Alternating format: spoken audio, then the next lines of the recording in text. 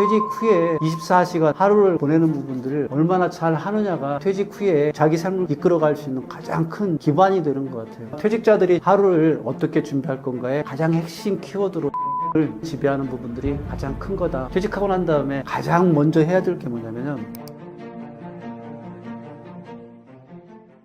퇴직 이후 정말 삶이 무너지는 것 같다고 느끼셨던 순간이 있으셨을까요?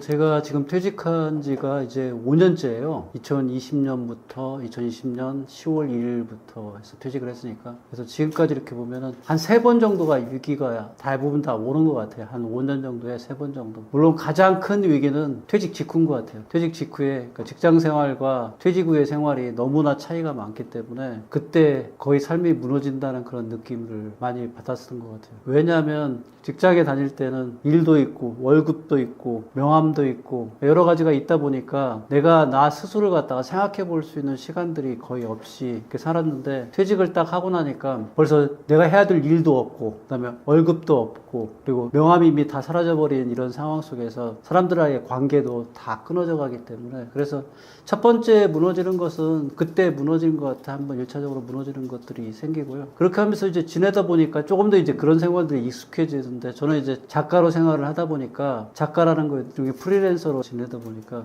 그것도 한 2년 정도 지나니까 작가 생활하면서 나 혼자서 이렇게 살아가는 것들이 어느 중간에 내가 제대로 살고 있는 건가 하는 그런 생각들이 번뜩 들어가더라고요. 그래서 그때 제가 했던 거는 그래서 저는 박사과정을 다시 또 입학을 하게 된 거예요. 만약에 그때 그런 생각이 안 들었다고 그러면 아마 작가 프리랜서로 이렇게 쭉 생활했을 텐데 뭔가 내가 새로운 것을 배워서 내가 원할 수 있는 일자리로 좀 가야 되겠구나 하는 생각들을 하게 돼서 그때가 좀 힘들었던 것 같고요. 그리고 마지막 3번째는 다시 이제 작년도에 제가 대학 교수로 이제 임용이 돼가지고 다시 또 오다 보니까 이미 직장 생활에서 그 익숙함들이 직장 퇴직 이후 생활에 프리랜서의 생활에 익숙해진 상태에서 다시 또 일종의 규칙적인 생활을 하다 보니까 다시 또 위기가 오는 것 같아요. 내가 이렇게 사는 것들이 맞는 건가? 이게 맞는 건가? 하는 생각들을 자주 하게 되는 그런 일들이 벌어지는 것 같아요. 그래서 퇴직 후에 5년 동안에 3번 정도가 그 삶이 무너지는 것 같은 느낌을 느끼는 것 같아요. 가장 큰 거는 역시 처음에 바로 퇴직했을 때이고요. 그 다음에는 퇴직 한 2년 정도 지난 후에 프리랜서로 생활하면서 프리랜서가 내가 맞는 길인가에 대한 것들 고민하는 거.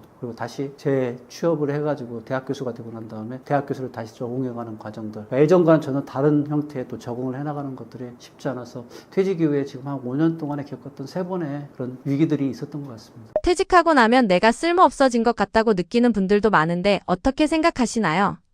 첫 번째 위기 그때가 퇴직하자마자 그 퇴직 직후에 진짜 쓸모없다는 생각이 너무 많이 들더라고요. 왜 쓸모없다 그런 생각들이 많이 들었냐면 그 전까지는 직장 생활하다 보면 이 명함이라는 게 있어서 이 명함을 가지고서 사회를 나가게 되면 어디 상무님 어디 부문장님 부장님 해가지고 그 사람들이 대부분 다 인정을 해주고 기본적인 것들은 아마 그 인정에 가장 깊이에 들어가 있는 것들은 제가 아니라 회사일 테지만 그래도 제가 누려왔던 것들이기 때문에 그래서 내가 쓸모있는 이 사회에 쓸모있는 사람이라는 생각이 했는데 그게 딱 사라지는 순간에 명함이 딱 사라지는 순간에 생각보다 세상이 냉정하더라고요. 밖에 나와서 나를 설명할 수 있는 부분들이 전에 직장 다니던 누구인데 누구누구 상무인데 뭐 이런 얘기들을 아무리 해대더라도 사람들은 그 다음부터는 귀를 기울여주지 않더라고요. 그래서 내가 이 사회에서 진짜 쓸모없는 사람이구나 하는 생각들을 그때 제일 많이 했어요. 그러니까 명함이 진짜 아쉽더라고요. 그리고 그 명함이 너무 아쉬워서 사실은 이 나만의 명함을 내 이름 석자 이 정선용이라는 이름으로 명함을 만들기 위해서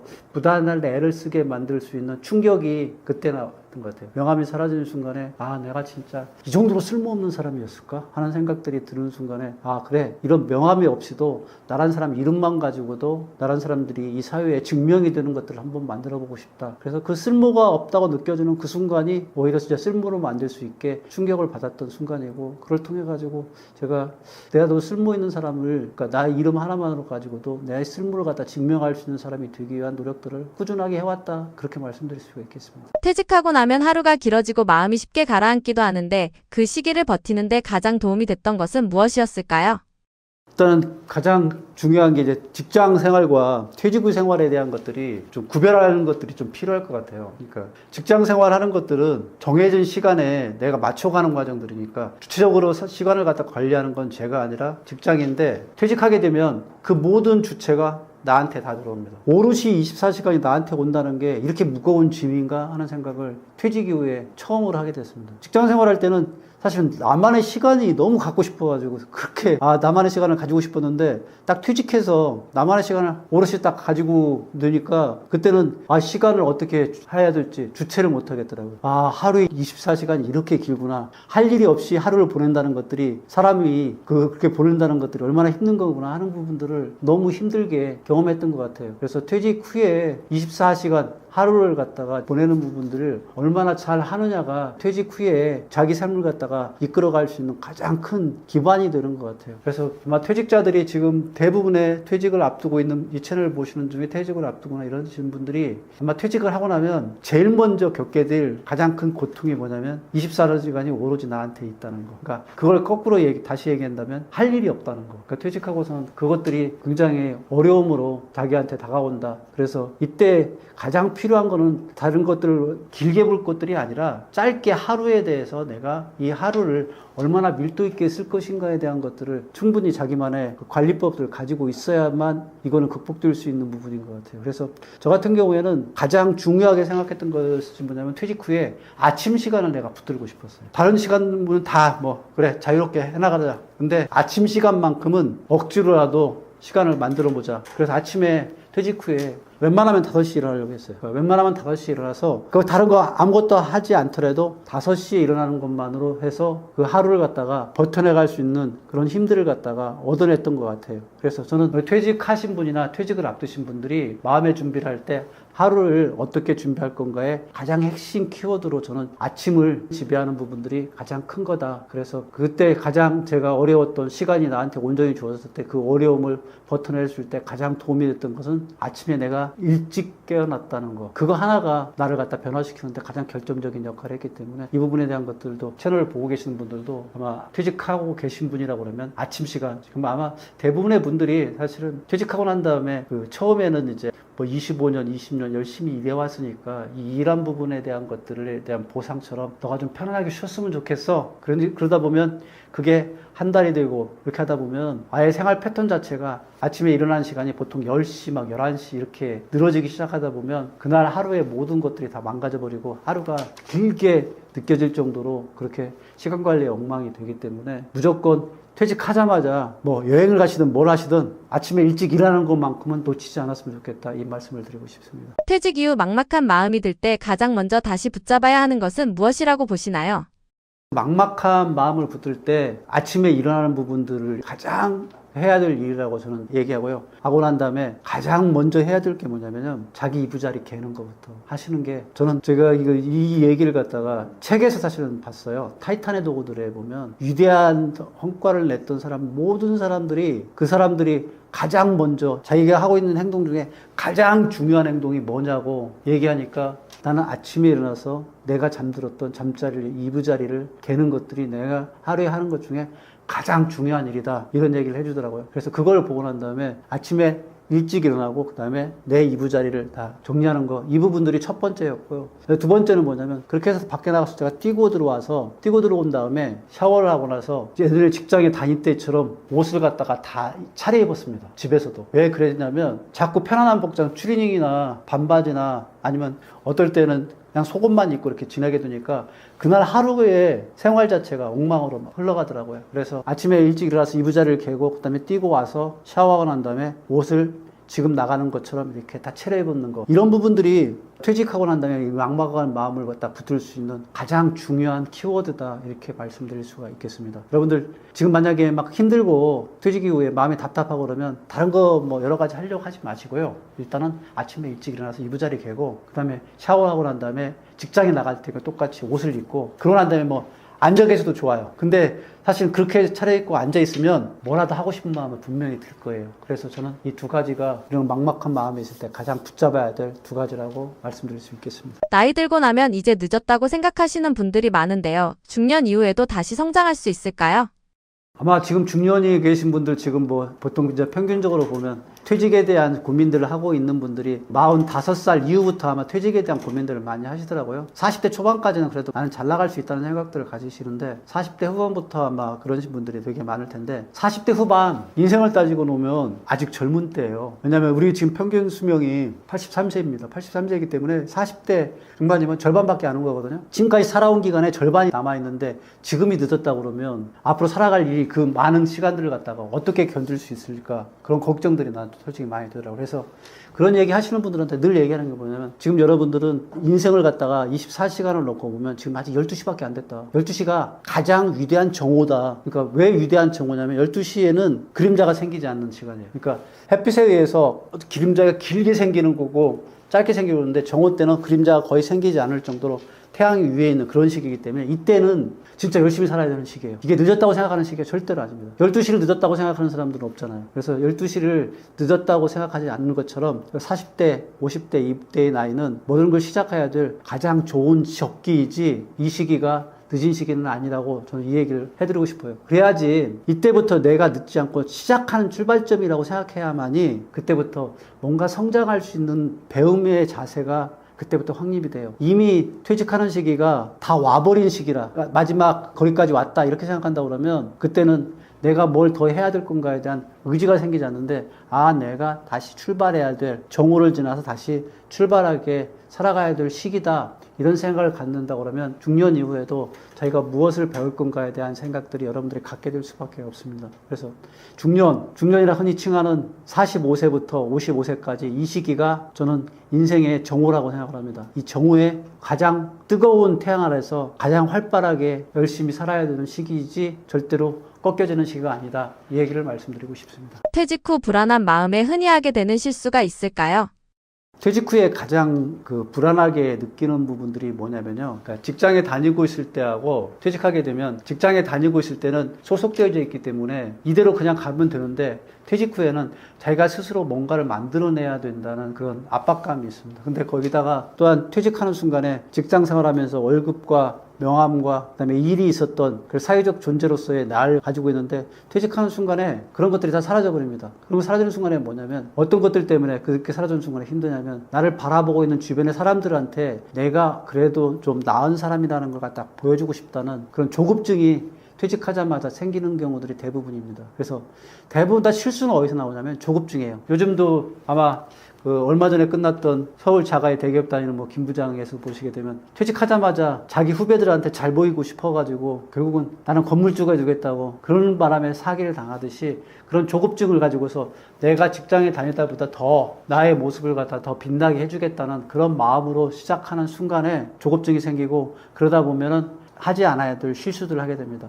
그렇게 하는 실수들이 대부분이 뭐냐면 섣부른 투자 아니면 창업 이게 대부분이에요. 천천히 퇴직 이후에 자기가 가야 될 방향들을 갖다가 서서히 찾아가야 될 그 시기에 이런 조급증 때문에 그런 부분에 대한 판단을 내리지 못해서 실수하게 되는 경우들이 왕왕 있기 때문에 그래서 불안한 마음 때문에 조급증을 가지는 부분으로 해서 실수를 만드는 일이 없어야 된다. 그 얘기를 좀 말씀드리고 싶습니다. 중년이 되면 예전처럼 애써도 잘 안 바뀐다고 느끼는 분들이 많은데요. 노력하는 방식도 달라져야 할까요?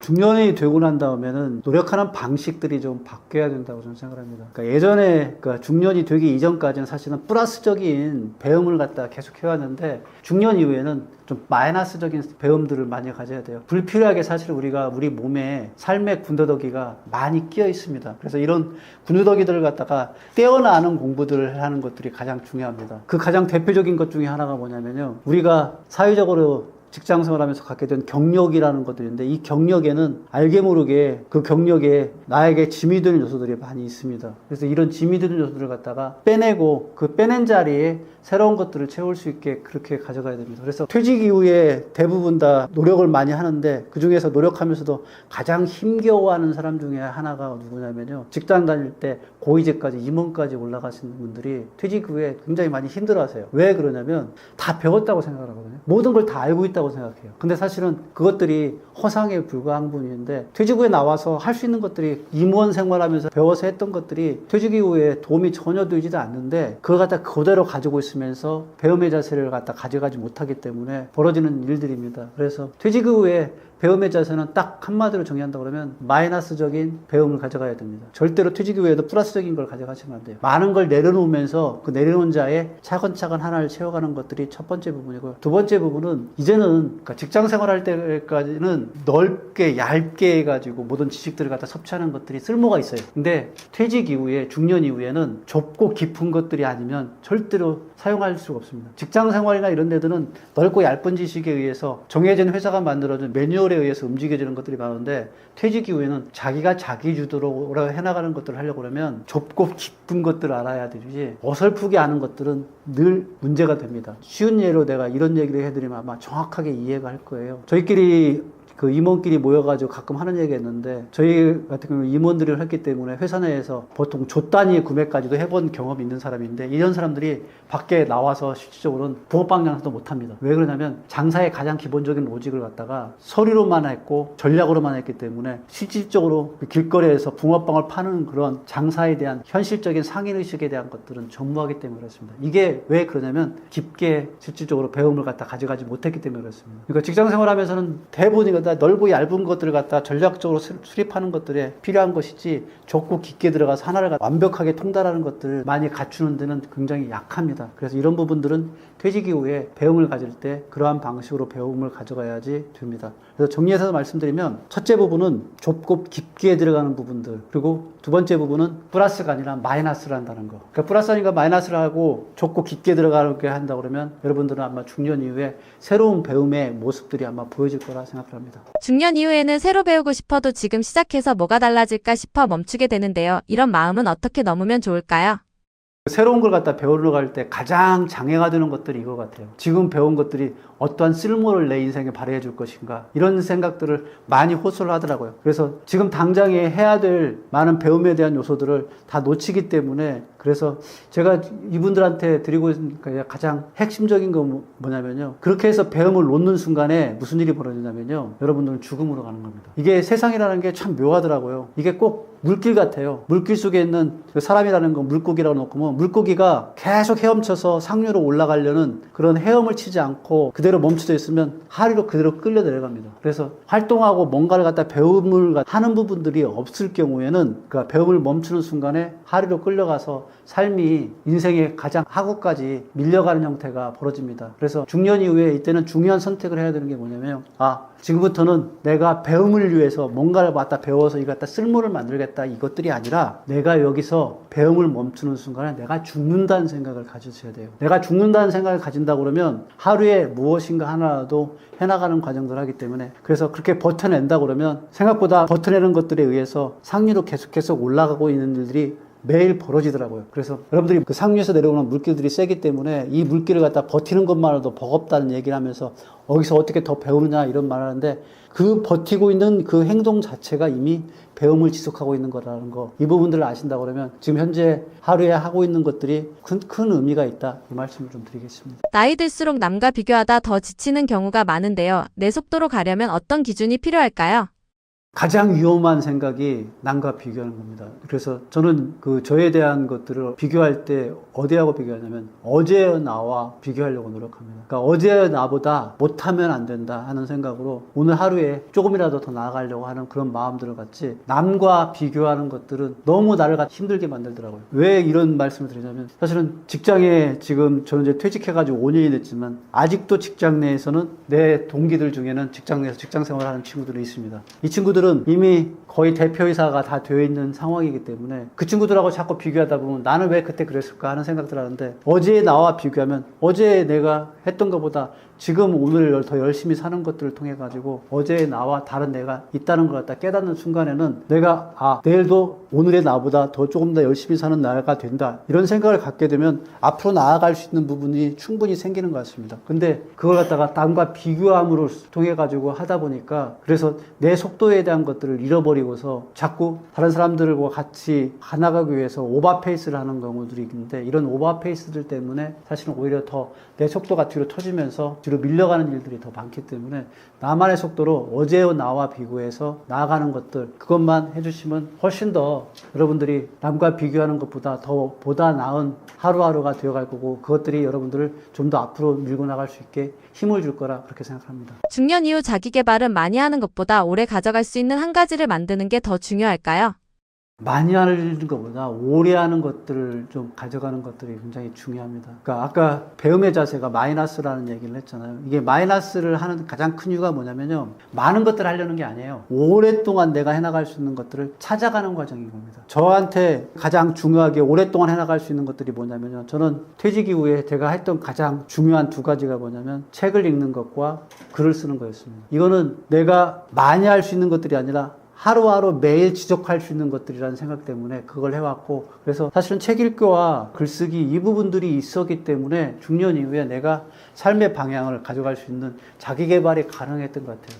그래서 저는 가끔가다 다른 분들한테 그런 얘기를 해요. 그 자기 개발의 가장 훌륭한 최고의 수단이 뭐냐 그러면 글쓰기다. 이 얘기를 가끔 제안하는데 왜 그게 그렇게 가능하냐면 글쓰기를 하는 부분들은 다른 것들이 어떤 거 필요 없이 이 펜 하나만 들고 있으면 할 수 있는 거거든요. 그러니까 많은 것들이 필요 없어요. 그냥 펜 하나만 들고 책상 위에 앉아서 쓰면 되는 것들이에요. 그래서 이렇게 단순하게 지속적으로 할 수 있는 것들을 가지고 있어야만이 여러분들은 그 퇴직 이후에 자기 개발을 통해서 조금씩 성장해 갈 수 있는 그런 성장의 도구들을 갖다가 스스로 개발할 수 있다. 그 말씀을 좀 드리고 싶습니다. 교수님께서 다시 성장하고 있다고 느끼신 첫 순간은 언제였을까요?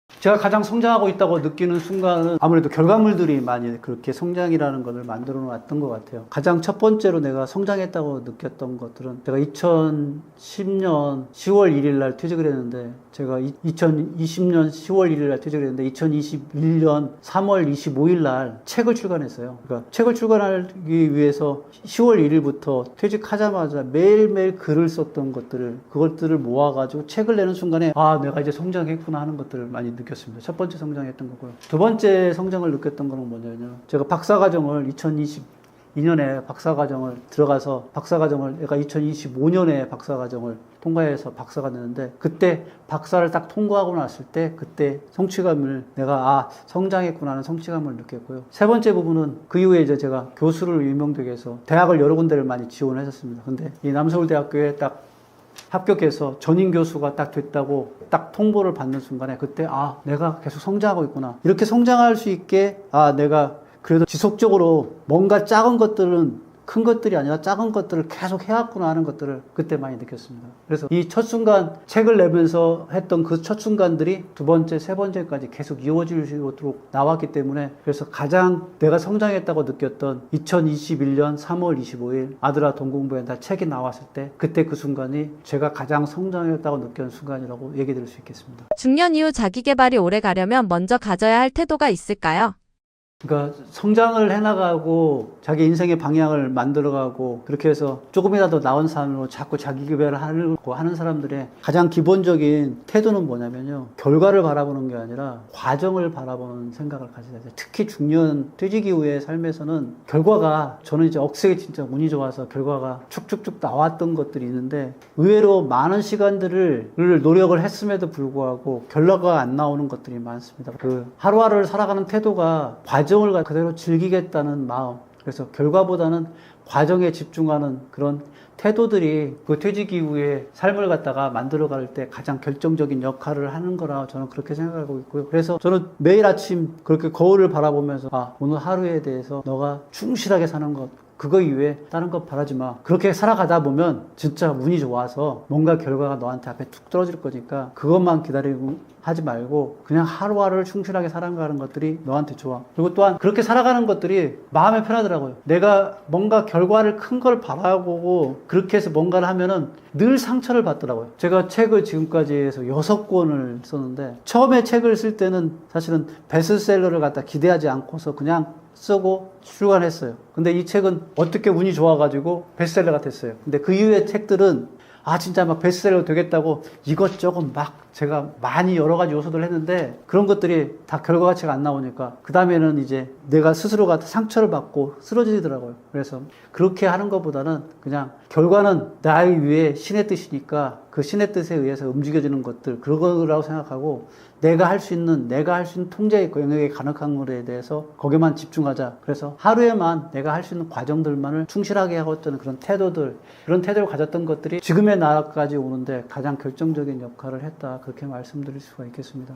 그런 태도를 가졌던 것들이 성공으로 올 수 있게 방향을 만들어주는 것들의 가장 중요한 역할을 가늠자 역할을 했다. 그 말씀을 드리고 싶습니다. 중년에 가장 좋은 취미 3가지가 있다고 하는데 무엇인가요?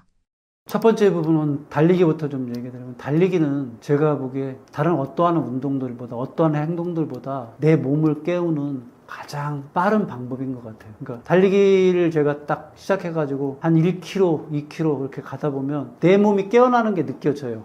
내가 심장이 뛰고 있는 사람이라는 걸 심장 소리 하나하나 들릴 때마다 느껴지고요. 그렇게 해서 심장이 콱콱콱 뛰고 있으면 어떤 일이 벌어지냐면 내 온몸의 에너지들이 그대로 살아나는 것들을 느껴집니다. 그래서 저는 하루의 시작점에서 달리기를 통해 가지고 내 몸을 깨우는 것들이 중요하다. 그 얘기를 그래서 하는 겁니다. 그래서 첫 번째 달리기를 통해 가지고 내 몸을 깨웠으면 두 번째 책 읽기는 뭐냐면 내 마음을 깨우는 역할을 하더라고요. 그래서 카프카란 분은 책이란 내 얼어붙은 마음의 바다를 깨는 도끼다 이런 얘기도 할 수 있을 만큼 내가 어느 테두리 안에 갇혀 있을 때 그 마음을 넓혀줄 수 있게 만드는 것들이 책만한 것들이 없더라고요. 독서라는 것들은 그래서 마음을 깨우는 역할들을 하기 때문에 두 번째를 중요하고요. 세 번째 제가 글쓰기를 갖다가 강조하는 건 몸이 깨어나고 마음이 깨어나면 그 다음에 깨어날 건이 뭐냐면 내가 사고가 깨어나야 돼요. 뇌가 깨어나야 되거든요. 뇌를 깨우는데 가장 훌륭한 것들이 글쓰기인 것 같아요. 그러니까 달리기는 내 몸에 에너지를 쌓아가는 과정이고 책 읽기는 내 마음을 확장하는 개념인데 이렇게 해서 확장했는 것들이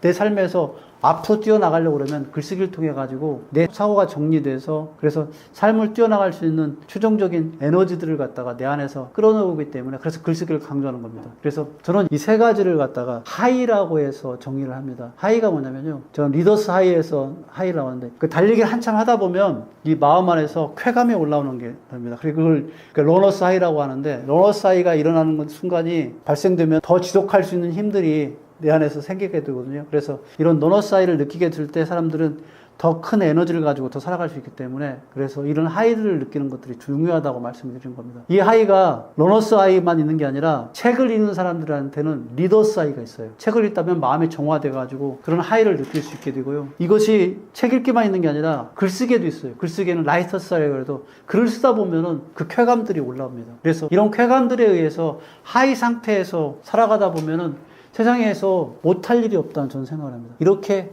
하루를 깨워가지고 나아간다고 그러면 그 하루를 깨우는 것들이 내 삶 전체를 갖다가 앞으로 나아갈 수 있게 만드는 힘이 되기 때문에 그래서 저는 달리고 읽고 쓰라고 강조를 하는 겁니다. 달리고 있고 쓰는 것들이 사람을 얼마나 바꾸는지 그건 경험해 보시면 압니다. 그래서 저는 요즘 100일 하이 챌린지를 갖다 하고 있습니다. 그러니까 100일 동안에 매일매일 해가지고 100일까지 하루에 자기가 원하는 만큼 하루에 뭐 1km를 달리든 그다음에 책 읽기를 10페이지를 하든 아니면 글쓰기를 갖다가 100자를 하든 이걸 갖다가 100일 동안만 하게 되면 자기 삶이 완전히 바뀔 거라고 생각하고 그래서 그런 부분에 대한 것들도 책을 써가지고 여러분들한테도 설명하기도 합니다. 저는 그만큼 달리는 거하고 독서하고 글쓰기가 얼마나 중요한지는 여러분들이 더 잘할 거라 생각합니다.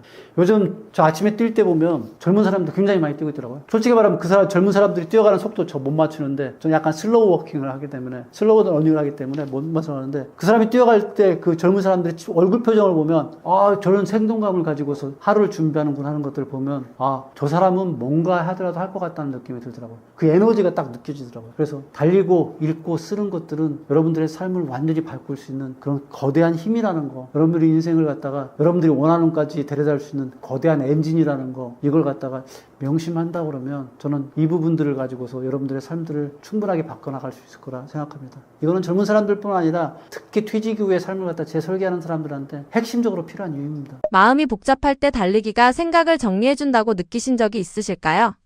제가 달리기를 처음에 시작했던 게 언제냐면요. 퇴직하고 났는데 퇴직하고 나니까 이건 진짜 이런 느낌이에요. 세상에서 완전히 버림을 받았구나. 나라는 사람이 쓸모는 하나도 없구나. 그러니까 밤에 잠이 안 와요. 그러니까 불면증을 와가지고 밤에 잠을 못 자고 그 침대에 누워가지고 진짜로 직장 생활에 25년을 갖다 다 왔다 왔다 갔다 하고 이렇게 있는데 그러고 난 다음에 다음날 아침에 이렇게 누워있느니 그냥 한번 뛰어보자 해서 달리니까 1km 지나고 났는데 이제 가슴이 막 여기 큰 압박감이 오고 호흡이 막 거칠어지고 하다가 거길 좀 지나고 났는데 이 마음의 평화가 오면서 몸은 힘든데 마음의 평화가 오면서 내가 달리러 온 것들이 내가 그 전까지 침대에 누워서 했던 그 불면의 생각들이 머릿속에서 싹 사라지는 거예요. 그래서 저는 그렇게 생각을 했어요. 이게 우리가 생각하고 있는 거대한 불안이라든가 괴로움 이런 부분들이 마음에 일어났을 때 이 마음이나 생각으로서 치유가 안 되고 몸으로서 달림으로서 치유가 가능하다는 걸 저는 그때 느꼈습니다. 그러니까 마음이 아프면 달려야 돼요. 달리면 내 몸이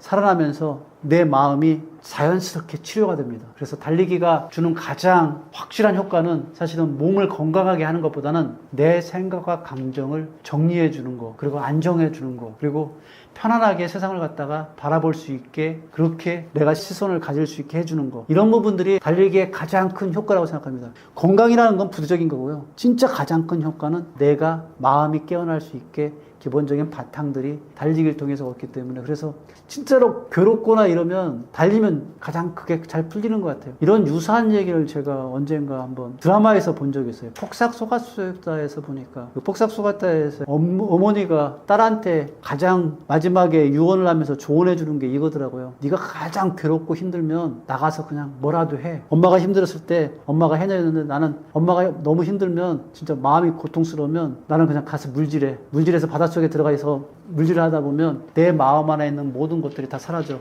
이게 똑같이 달리기도 그런 것 같아요. 뭔가를 하게 되는 것들이 내 마음을 치유하는 것처럼 그렇게 달리기가 큰 효과가 있기 때문에 달리기를 통해서 마음과 생각을 정리하는 것들은 큰 도움이 된다. 이걸 아시고 힘들고 괴로우면 누워있지 마시고요. 그냥 무조건 나와서 운동화끈 메고 나와서 뛰세요. 그러면 힘든 마음 차분히 사라집니다. 중년의 독서가 필수인 이유가 무엇일까요? 책을 꾸준하게 읽는 것들을 전 많이 추천을 합니다. 리더스 하이라는 게 어디서 생기냐면 책을 꾸준하게 읽을 때 생깁니다. 어떤 분들은 책 읽자 그러면 책 한 권을 갖다 놓고 오늘 다 읽었듯이 들으는데 그게 아니라 하루에 1시간이고 2시간이고 1시간 정도의 시간 동안 30페이지나 꾸준하게 하나를 저는 이제 깊이 독서라고 그러는데 깊게 독서해 가면서 읽어가잖아요. 그렇게 되면 뭐가 달라지냐면 인생을 바라보는 시각이 달라집니다. 책 속에는 뭐가 있냐면요. 나보다 먼저 살아갔던 사람의 모든 삶의 지혜들이 그 안에 다 있습니다. 그래서 그 삶의 지혜들을 갖다가 내 안으로 내재화시킬 수 있는 것들이 뭐냐면 독서예요. 이렇게 독서를 하다 보면 그 사람들이 살아갔던 그런 지혜들을 가지고서 현재 내 삶을 살아가기 때문에 얼마나 지금에 큰 도움이 될 수 있겠습니까? 아니 아인슈타인 같은 그런 생각을 가지고 뉴턴 같은 생각을 가지고 그들이 얻기 위해서 그들이 썼던 책들을 읽으면 그들이 가지고 있던 생각들을 다 읽을 수 있기 때문에 그 사람들을 엮여서 바라본다고 그러면 지금 현재 내가 가지고 있는 문제들은 얼마나 작아 보이겠어요. 그러니까 인류를 바꾸는 생각들을 가지고서 살아온 사람이기 때문에 내 하루에 고민거리, 내가 해야 될 숙제가 있어, 내가 해야 될 무슨 일이 있는데 이거에 시간이 없어, 이런 작은 생각들을 갖다가 내가 아니라 만약에 뉴턴이었으면, 만약에 아인슈타인이었으면 어떻게 생각을 했을까? 그런 생각을 하다 보면은 이 책 속에서 그런 생각을 얻게 된다 그러면 현재 내가 가지고 있는 문제들이 요만해져요. 이렇게 크게 생각했던 이런 문제들이 요만해집니다. 그렇기 때문에 삶을 바라보는 기준이 완전히 달라져요. 아무리 나한테 큰 문제가 다가오더라도 이거 내가 언젠가 읽었던 책 속에 누구도 이걸 극복하거나 했기 때문에 그렇게까지 앞으로 나아갈 수 있었어. 오히려 나한테 주어진 이 고통은 나한테 내 삶을 갖다 망가뜨리기 위한 고통이 아니라 이 고통이 나를 갖다가 더 단단하게 만들기 위한 고통이야. 이렇게 삶을 바라보는 기준이 달라지는 거예요. 더 하나 더 예를 들어서 얘기한다면 쇼펜하우어 책을 읽으면 쇼펜하우어는 딱 한마디로 얘기합니다. 인생은 고통이다. 근데 이 고통을 받아들이고 이 고통 속에서 삶을 더 지속해 나갈 수 있는 힘들을 얻어가는 것들이 그게 바로 철학이다. 그걸 읽고 나면 현재 내가 문제로 다가오는 고통을 주고 있는 여러 가지 요소들, 예를 든다면 직장에서 상사가 괴롭히는 문제, 아니면 자녀들이 여러 가지 사고 쳐가지고 생기는 문제, 이런 문제들은 내가 내 삶에서 가져가야 될 기본적인 기본값이다. 이걸 갖다 극복해낼 수 있겠다. 다 그렇게 살아가면서 다 극복해오고 살아온 사람들이,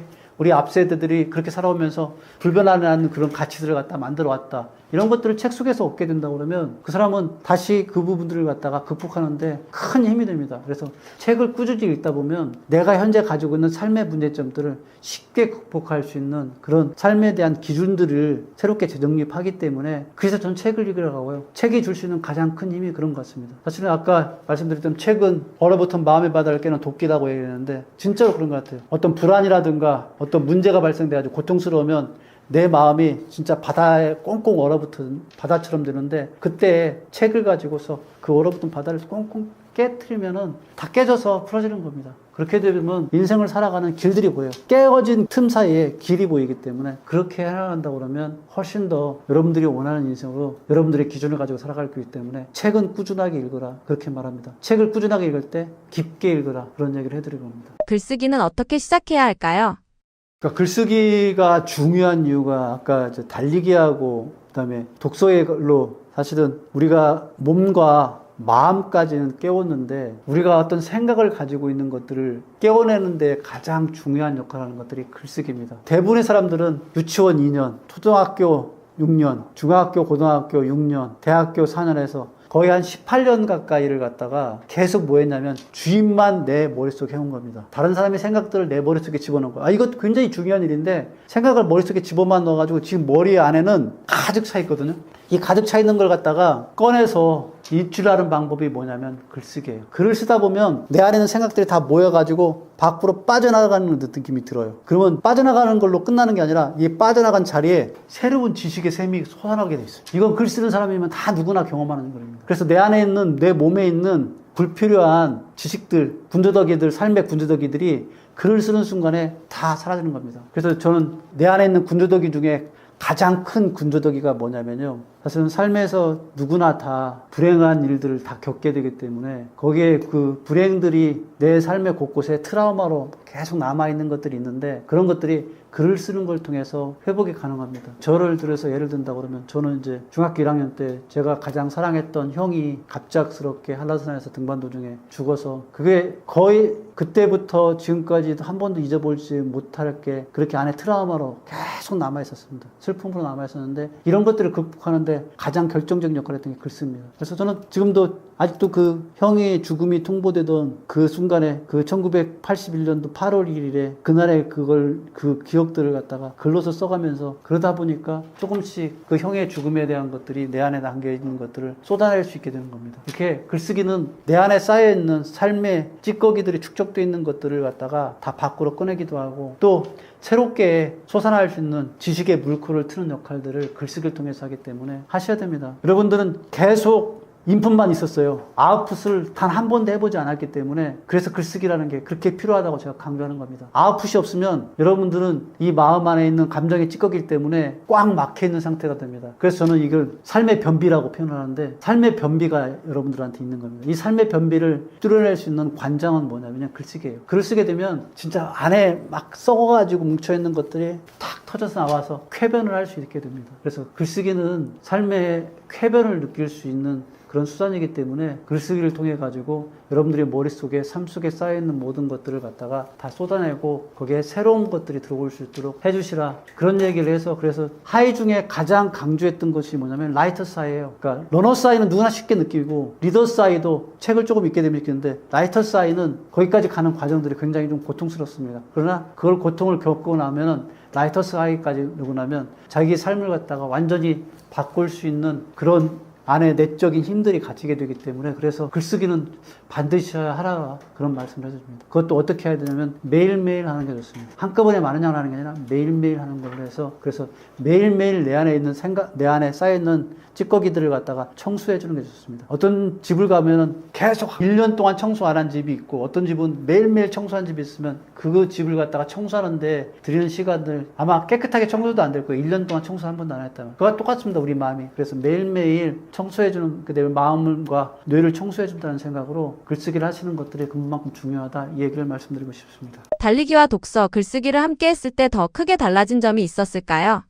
어떻게 시작하면 좋을까요? 달리기와 그다음에 책 읽기와 글쓰기가 이게 각각 개별적으로 하는 것보다는 한꺼번에 하는 것들이 왜 좋냐면요. 아침에 일어나서 달리기를 딱 하는 순간에 몸이 완전히 깨어납니다. 이 몸이 깨어난다는 얘기 뭐냐면 내가 달림으로 해서 내 안에 심장에서 쾅쾅쾅 펌포질했던 이 혈액이 내 몸 전체로 들어가면서 뇌까지 흘러는데 이렇게 뇌에 혈액이 충분하게 산소가 공급되면 뇌가 그때 활성화됩니다. 이때 활성화됐을 때 책을 읽게 되면 책을 깊게 몰입해서 읽을 수가 있습니다. 그래서 책을 깊게 이렇게 몰입해서 할 때는 그 책 안에 담겨 있는 그 작가가 만들어 놓았던 그 엑기스 같은 그런 지혜들이 고스란히 내 안으로 내재화됩니다. 이렇게 내재화된 상태에 가득 차 있을 때 글을 써가지고 그걸 갖다가 밖으로 출력해내면 내가 완벽하게 연소되는 겁니다. 세상에서 빛을 만들 때 가장 중요한 작용이 뭐냐면 불완전연소가 완전연소가 됐을 때 가장 밝은 빛을 내는데 그 밝은 빛을 낼 수 있는 완전 전술을 어떻게 만드냐면 그날 하루에 달리고 책을 읽고 글쓰기를 하는 순간에 이 세 가지를 한꺼번에 하게 되면 내 몸에 내 삶에 가지고 있는 그 안에 있는 에너지가 완전하게 연소돼 가지고 그래서 푸른 빛을 내게 그렇게 만들어집니다. 그렇게 만들어졌을 때 인생의 모든 것들이 한 점의 빛처럼 살려져서 그래서 별일이 되는 순간이 바로 거기서 일어나기 때문에 저는 이걸 세 가지를 갖다가 한꺼번에 꼭 하라는 얘기를 합니다. 그래서 저는 그 하이라는 책을 통해 가지고 러너스 하이, 리더스 하이, 라이터스 하이 이렇게 세 가지의 하이를 갖다가 3종의 하이를 갖다가 챌린지를 하게 돼 가지고 100일만 하게 되면 그게 어떤 사람이 되냐면 마스터스 하이라고 해 가지고 전문가로서까지 거듭날 수 있는 것들이 조건이 되기 때문에 이 세 가지를 갖다가 반드시 했으면 좋겠다 그런 말씀을 드리고 싶습니다. 많은 분들이 늘 결심은 하는데 오래 못 가는데요. 의지보다 더 중요한 게 있을까요? 의지보다 더 중요한 걸 한마디로 얘기한다면 환경입니다. 그러니까 어떤 일은 다 기본적인 환경에 주어져야지 하는 거지 의지로 갈 수 있는 것들은 인간이란 다 똑같다고 하더라고요. 작심삼일 3일 이외에는 절대로 의지가 그 역할을 못합니다. 그러면 그 3일 내에 뭘 해야 되냐면 그걸 진행할 수밖에 없는 환경을 만드는 거예요. 그 환경을 만들어주면 자연스럽게 만들어져 가기 때문에 그래서 저는 꾸준히 나가는 가장 핵심 조건을 얘기하면 의지보다는 환경을 만들어라. 어떻게 환경을 만드냐면요. 저 같은 경우에는 달리기를 하기 위해서 다른 사람들이 이제 많은 결심을 하는데 전 그런 환경들을 만들기 위해서 어떻게 하냐면 아침에 달리기를 하기 그 전날에 운동화하고 운동복을 갖다가 미리 내 침대 옆에다 갖다 놓습니다. 그래서 갖다 놓고 잠을 자잖아요. 그러면 아침에 눈을 뜨는 순간에 옆에 신발과 옷이 있으면 내가 나가겠다는 그런 환경들이 기본적으로 갖춰지고요. 그리고 신발을 딱 신고 현관 앞에가 나가면 그다음부터는 나가게 되어 있습니다. 그러니까 사람들은 흔히 생각할 때 굳은 결심을 해가지고 아침에 일어날 수 있게 된다고 하지만 그게 아니라 내일 아침에 뛰어나갈 수 있는 조건들을 그 전날에 환경을 만들어 놓고 잠을 자면 아침에 잠에 깨는 순간에 바로 나갈 수 있게 그렇게 구조가 만들어지는 겁니다. 그래서 작심삼일이란 말이 인간이 가지고 있는 어쩔 수 없는 심리예요. 그러니까 의지만 가지고 뭔가를 해나간다는 거의 불가능하고요. 그렇게 할 수밖에 없는 환경을 만드는 겁니다. 제가 직장 생활하면서 그런 환경의 무서움은 뼈저리게 느낀 건데 그래서 직장은 사람들이 오자마자 일할 수 있게 분위기를 만들려고 책상 배치부터 사무실 이동 동선 이 모든 것들이 연구되어지는 데가 직장이라는 집단이에요. 그러니까 거기에 오기는 순간에 나와서 일을 할 수밖에 없게 그렇게 환경을 만들어주는 겁니다. 그래서 팬데믹 때 사실은 집에서 재택근무하고 이런 것들이 많이 있는데 그게 효율성이 떨어졌던 가장 큰 이유가 뭐냐면요. 인간은 심리적으로 일할 수 있는 환경이 주어지지 않아서 일을 못해요. 그런 것들 때문에 재택근무가 효율성이 떨어졌던 것들이에요. 그렇기 때문에 이 사람들이 직장에 나와서 허비하는 시간이 있다. 길거리에서 허비하고 뭐라 여러 가지 허비하는 것들이 있더라도 그 일할 수 있는 환경을 만들어주는 것들이 그만한 게 사람들에게 일을 할 수 있게 만들어가기 때문에 이런 건 똑같이 우리 삶에도 그대로 적용됩니다. 내가 달리기를 하고 싶으면 달리기를 할 수 있는 환경을 만들어줘요. 그러니까 직장에서 일을 할 수 있게 근무 환경을 만들듯이 내가 집에서 달리기를 하고 싶다 그러면 달리기를 할 수 있는 환경들을 다 만들어내는 거예요. 그래서 심지어는 더 나아가서 그런 분들도 있더라고요. 집안에 책 읽는 걸 갖다 습관화시키기 위해서 집에 오게 되면 TV 없앴고 그 다음에 그 시간 이후에는 실제로 컴퓨터 사용 못하게 하고 스마트폰도 각자 다 내려놓게 그렇게 운영하시는 분들도 있더라고요. 집을. 왜냐하면 그 시간에 책을 읽게 만들기 위해서 그렇게 했다고 하더라고요. 그러니까 저희 집 같으면 이제 그렇게 했다가 큰일 나겠지만 그렇게 운영하다 보니까 의외로 어렸을 때부터 그렇게 습관을 만들어 놓으니까 책 읽는 것들이 가능해진 환경들이 조성이 된다고 하더라고요. 그래서 여러분들한테 뭔가를 하려고 할 때 여러분 절대 의지 가지고 안 됩니다. 그거는 3일 이상 버티지 못하게 이미 우리 뇌구조가 그렇게 돼 있어요. 아주 지루하게 만들어졌어요. 그렇게 적응을 할 수밖에 없게 뇌구조가 되어 있기 때문에 그렇게 하는 게 아니라 환경을 만드는 것들에 의해서 여러분들은 그 하루의 삶이 바뀌는 생활 루틴들을 갖다 설계할 수 있다. 이 말씀을 드리겠습니다. 그래서 의지보다 환경입니다. 이걸 먼저 꾸준하게 생각하십시오. 바쁜 직장인이나 중년 세대는 자기 시간을 내기 어려운데요. 루틴 시간은 어떻게 정하면 좋을까요?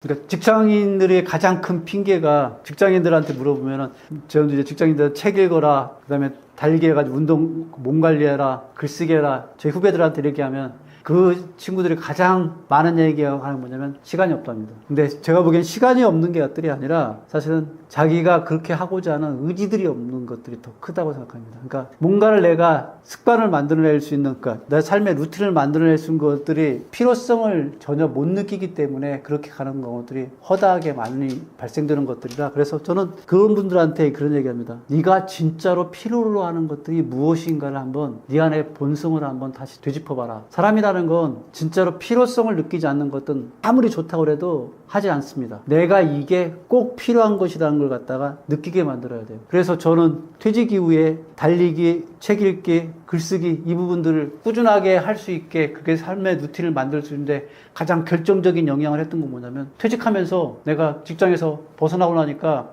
내가 내 힘으로 살아가지 않으면 나는 큰일 나겠구나 하는 것들을 자각하는 순간에 그럼 내가 뭐라도 해야지. 그렇게 해서 만들어 놓은 게 바로 아침에 5시 일어나서 달리고 책 읽고 글 쓰고 하는 것들의 그런 생활 루틴들이 정리가 된 것 같아요. 그러니까 절박하면은 다 하게 되는데 아직까지 직장인들은 바쁘다는 것들의 이 핑계 속에 절박성을 가지지 못했기 때문에 그렇습니다. 그래서 이 절박함을 갖다 가지는 사람만이 필요한 생활의 루틴들을 가져가기 때문에 절박하지 않은 사람들한테 아무리 강요한다고 한들 그거는 절대로 자기만의 자기의 시간을 갖다 낼 수 없다. 그건 때문에 내 안에 어떠한 절박함을 갖다 어떻게 만들 건가 하는 것, 그걸 갖다가 하기 위해서는 스스로 충격을 주는 것들이 가장 필요합니다. 내가 이걸 하지 않았을 경우에 내가 이후에 발생되는 문제점들에 대한 것들이 내가 현실로 왔을 때 나한테 얼마나 힘들 거냐, 이 부분들을 인식하게 된다면 생활의 루틴을 만들어서도 변화를 주고 바꿔갈 겁니다. 그러니까 그거에 대한 필요성이 문제이지 그 생활들이 가지고 있는 안락함들에 의해서 끌려가는 것들은 그 필요성에 의해서 다 극복될 수 있는 것들이다. 그렇게 생각합니다. 완벽주의에 대해서 어떻게 생각하시나요?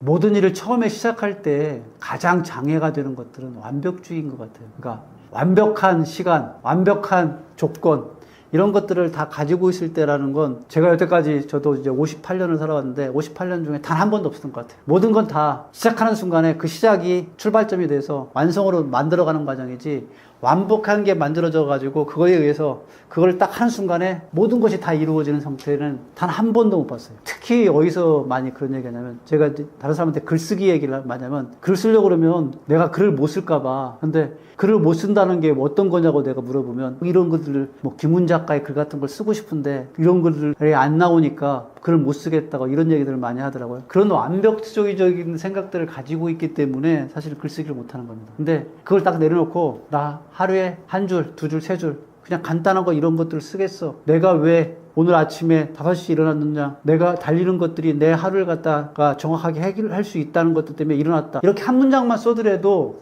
이것들이 완벽한 문장으로 나아갈 수 있는 기본 초대가 되기 때문에 그래서 저는 일단 해라는 것들을 하려고 그러면 완벽이 아니라 그냥 무조건 시작하는 거 이런 것들이 필요하다. 그래서 완벽은 가장 버려야 될 그런 하나의 생각이다. 이런 생각들을 가지고 있습니다. 며칠 하다가 흐트러지면 금방 포기하게 되는데요. 루틴이 무너졌을 때는 어떻게 돌아오면 좋을까요?